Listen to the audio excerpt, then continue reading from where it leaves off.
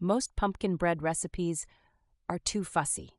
I don't have time for this endless list of ingredients or steps where you're separating eggs like you're auditioning for MasterChef. Enter Natasha's Kitchen pumpkin bread recipe. It's my go-to. Honestly, I've made it 20 times now. It's the perfect balance of moist, spiced, and just sweet enough without feeling like you're eating dessert disguised as breakfast. You know what I mean? Those recipes that call for 2 cups of sugar in a loaf? The first time I tried it, I was blown away by how easy it was.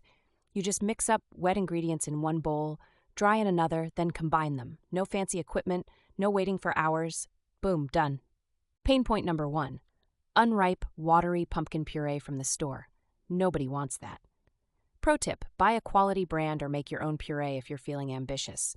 But seriously, canned from Trader Joe's? Solid option. Natasha's recipe is all about ratios. You need 1 cup of pumpkin puree. It's the magic amount. Too much and it's soggy, too little and it's dry. Follow the recipe and you'll be golden every time. Let's talk spices. Cloves are the silent MVP here. Cinnamon and nutmeg are your usual spice suspects, but cloves, they give the bread this warmth and depth. Don't overdo it though. Just 1/4 teaspoon is perfect. Another win? No unnecessary oil overload. Some pumpkin bread recipes feel greasy. Let's not pretend we're deep frying a pumpkin donut here.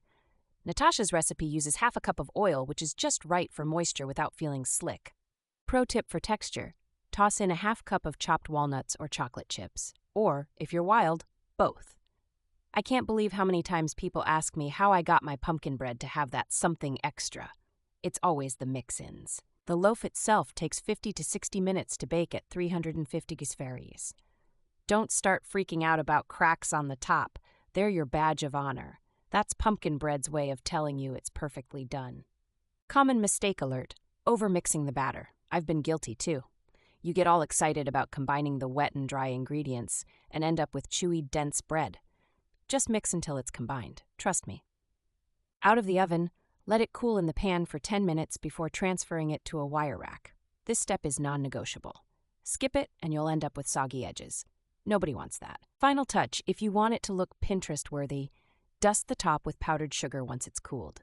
It feels fancy, but takes 0 effort. Natasha's Kitchen pumpkin bread, easy, foolproof, unforgettable.